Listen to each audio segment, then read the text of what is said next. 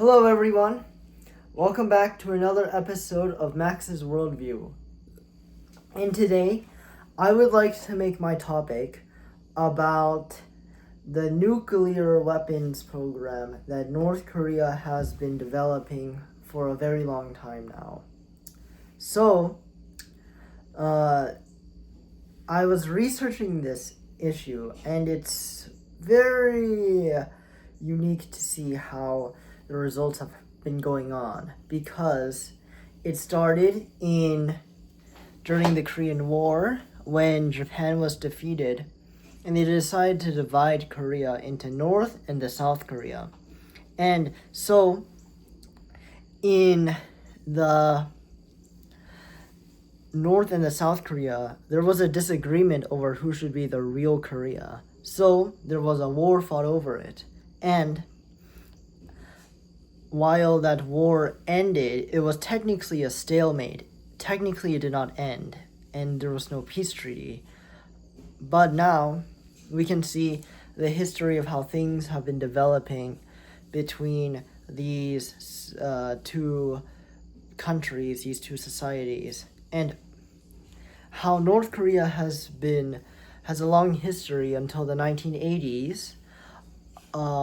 It's been supported by the Soviet Union, but then when the Soviet Union fell in 1991, then China, they did put more support into North Korea. But obviously, there's also some disputes and a little bit of sanctions. And I think sometimes North Korea might try to try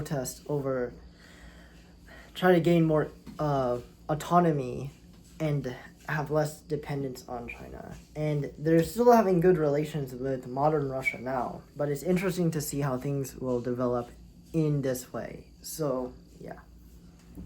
And more factors I would like to consider is how Trump is kind of historically seen as like one of the first presidents to really try to gain some progress with the US and North Korea, and people saw how he was acting a much more friendly, and a lot of people were surprised by how he acted in this regard.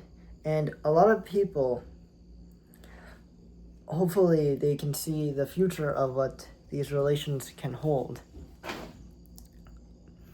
Another factor I would like to consider is how things can develop with South Korea as well, because they had the Sunshine Policy.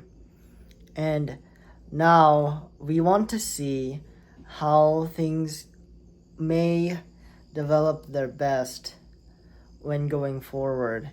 And the best I can hope is for peace on both sides, and hopefully that